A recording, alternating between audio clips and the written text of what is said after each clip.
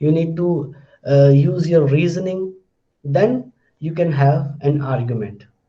So it's a thing that it's a democratic right, it is associated with democratic right, but at the same time lots of responsibility to say something meaningful, to say something just, to say something right, that is associated with argument.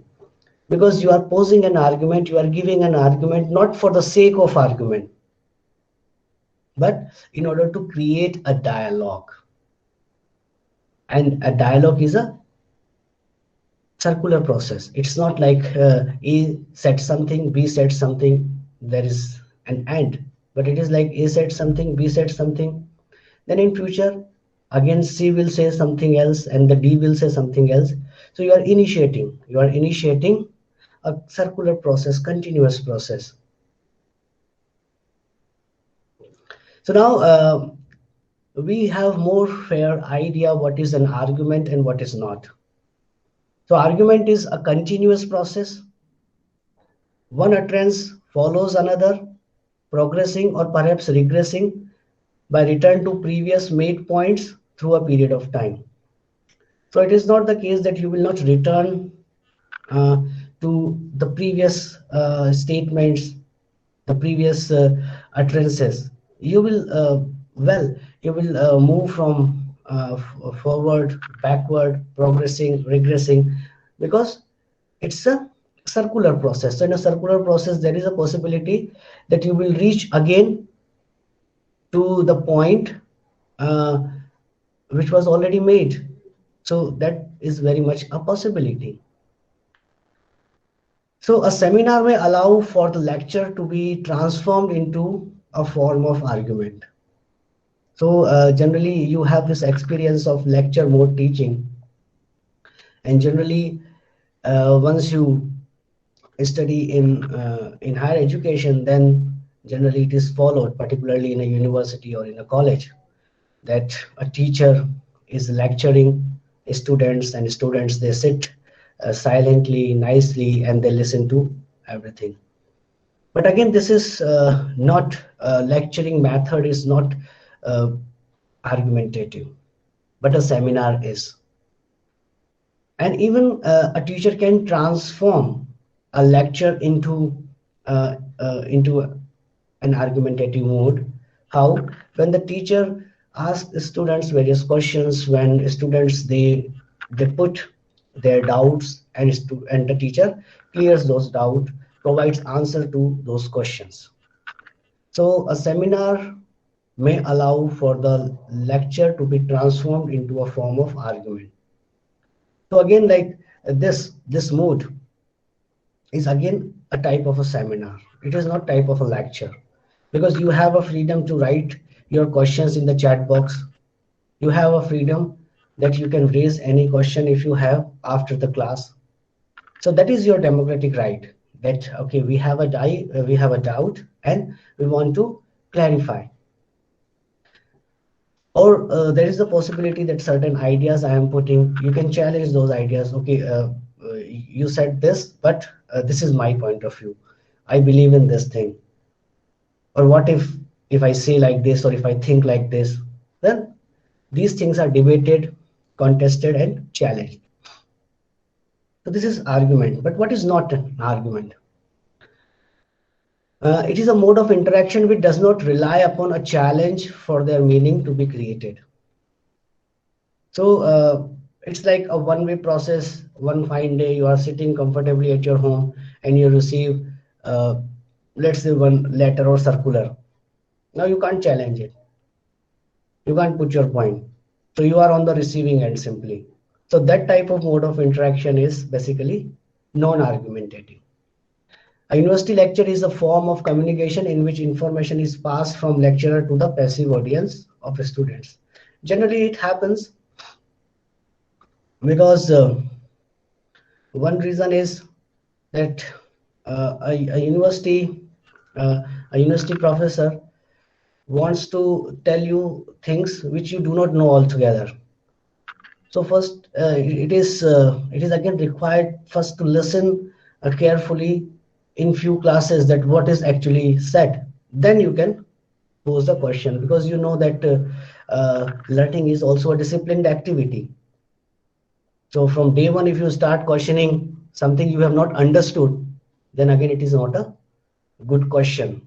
Again, it will not form a good argument.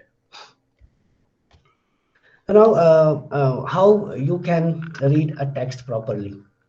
Now, for that we have this folded paper approach to argument.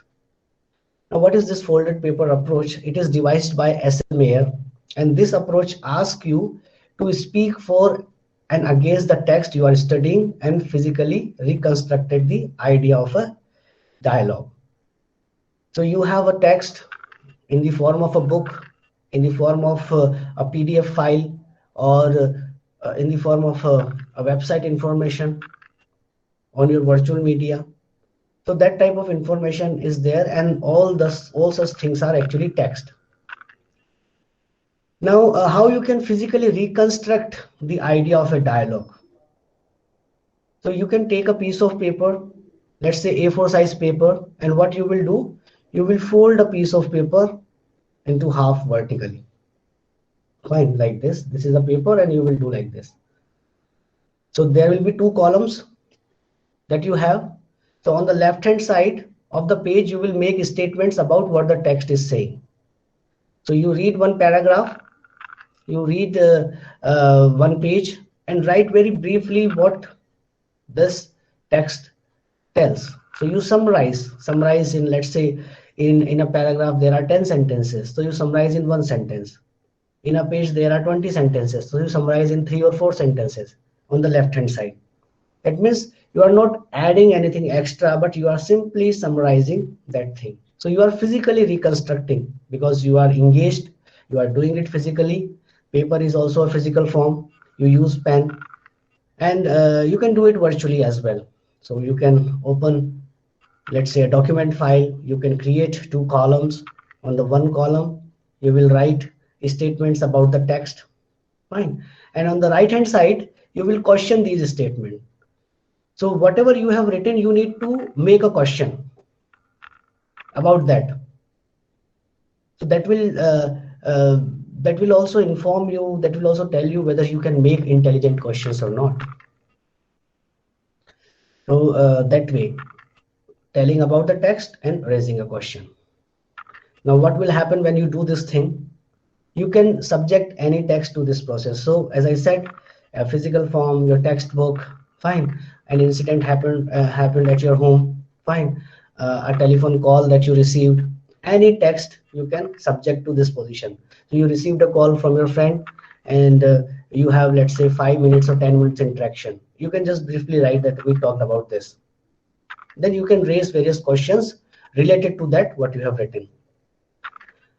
So you can have a sonnet.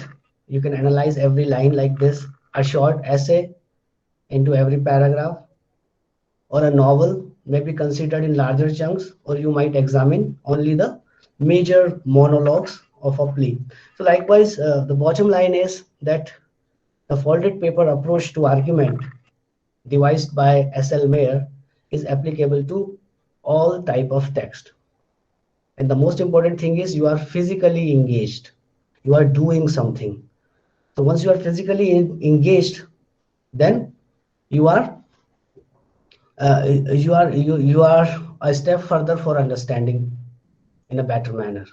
So it's not the case that you are lying down and you are reading a book, or you are lying down in a comfortable position and looking something at your mobile.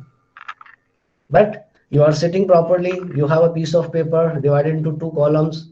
In one column you will write the statements about the text, and the other side you will raise a question.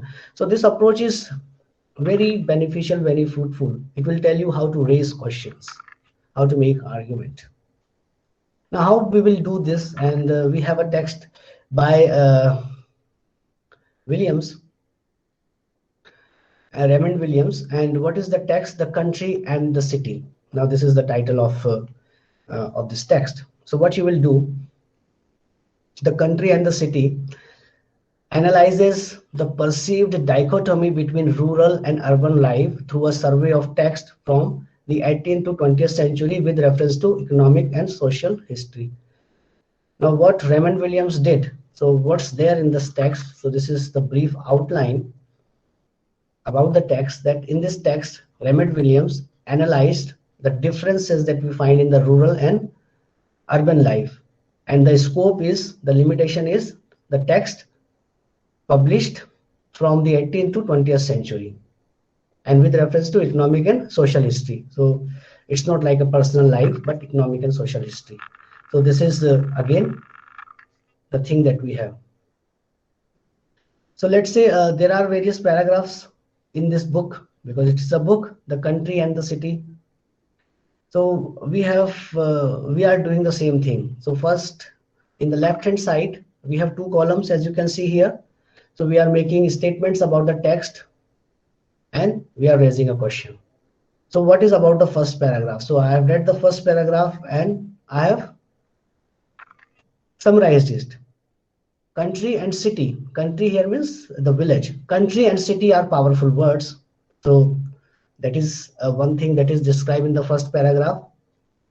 Another thing is, country can mean a whole nation or just its rural area. That is again related to the meaning of country, because we know country is an ambiguous word. That is there in the first paragraph. There is a connection between the land and the city, and this notion is also there in the first paragraph. So as you can see, very simple sentences I have written. Now I am raising a question. Now this is the difficult task. You have written something very simply, but you need to raise intelligent question. Surely you can argue that this connection is not deeply known. So what connection? The connection between land and city. This connection is not deeply known. That is there some connection between land and city? What is the connection? Now what is that connection? And why only the connection between land and city? And we are not talking about this, the connection between land and country. Do we really all get our living from the land? Now again, this is the question that you can raise. So once you are living in a country, then most of the country people, they are farmers, so they get their living from the land. But is it the case once you are living in the city? It's not the case. Then who owns that land? Then what is your relation with that particular land? Or you are a tenant there, or your entire life is just a struggle to get a land? Like generally people, like the people who live in villages near Noida, what is their aim? What is their biggest dream? Their biggest dream is to have a home in Delhi, New Delhi or Noida. So that is their biggest dream. So again, also things are associated and you can raise such type of questions. This is paragraph 1. Now let's say paragraph 2. There are strong and generalized oppositions in the way that the country and the city are viewed. Again, we are not saying something new, but this is already there in the text. These have existed since classical times. We already know. Now also we have villages and cities, and it is not the case. Like if we look at centuries back, then we will also find examples. There were cities, there were villages. So this is paragraph 2. But now the important and difficult task to raise question. Now what we are just raising a question about the writing style of Raymond Williams. So what we are raising a question, is he going to suggest that these oppositions are false? So we are just intuitively asking some questions, because we have only read 2 paragraphs and when we do not know what is going to happen in future. So we can ask that as well.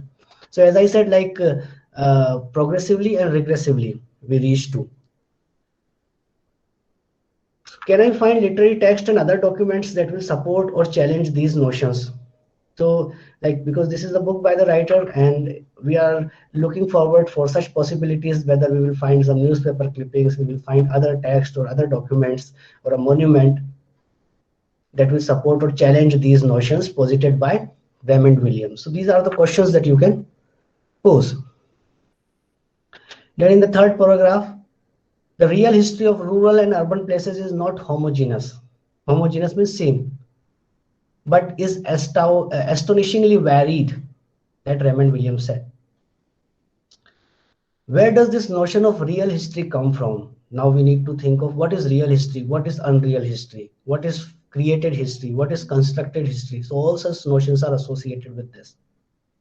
Why have the oppositions been formed then, if available documentation suggests that they are false or a simplification? So we are again raising a hypothetical question, that if we find that this opposition, that the history of rural and urban is different, this is false or simplification, then what will happen? Then why have the opposition been formed then? Then what is the use of this opposition, that we are creating rural and urban? Like generally we have this dichotomy that rural life is pure, it's fresh, fine, it's good. Urban life is bad, like William Black, uh, he wrote about it, fine. So also all these oppositions then will collapse gradually if we find. Then we have paragraph 4, is going to analyze the persistent images and associations in this book. Again, like we are asking a question because we have not read the entire book, so we are asking the question, will this contradict his assertion of difference in the statement above?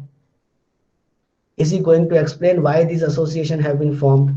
So again, these questions we are raising because these questions, they have come up in our mind, but we have not yet read the entire book, so we have not the answers of those questions. But still, because we are a thinking being, we can think freely, we can think of certain things, many things at the same time. So this is the way you can use folded paper approach, folded paper activity on any text. So this is the example that we have seen. Now it's not the case that writers, they are not aware of this. Now this we have discussed previously, and there is a text highlighted in the red color. Now the first sentence is very general. The Twilight Saga has captured the imagination of millions of people worldwide, transcending cultural, national and linguistic barriers. Now we are making a general statement, but how can this extraordinary popularity be explained? Now this is again how you can make a certain thing argumentative. You are saying the first sentence and you are cross questioning it, and your question is supported by the next statement. Over the years the questions has been posed often, and although the series has been analyzed from various perspectives, there is no clear answer. So again, this is the way of argumentative writing, and this is how you can make your writing argumentative. Irrespective of the fact you are writing for examination or a paper or a dissertation or a review, you can pose these questions all the time. And this is the best way. This paragraph is the best paragraph. You can see that whether my paragraphs are structuring in this manner or not. If your paragraphs are structured in this manner, then you will become a great critic, a great writer one day. And if not, then you cannot. Then these are the things like how we can analyze a text that we have already discussed. And this is for the day. And I hope this is our last class. So those who have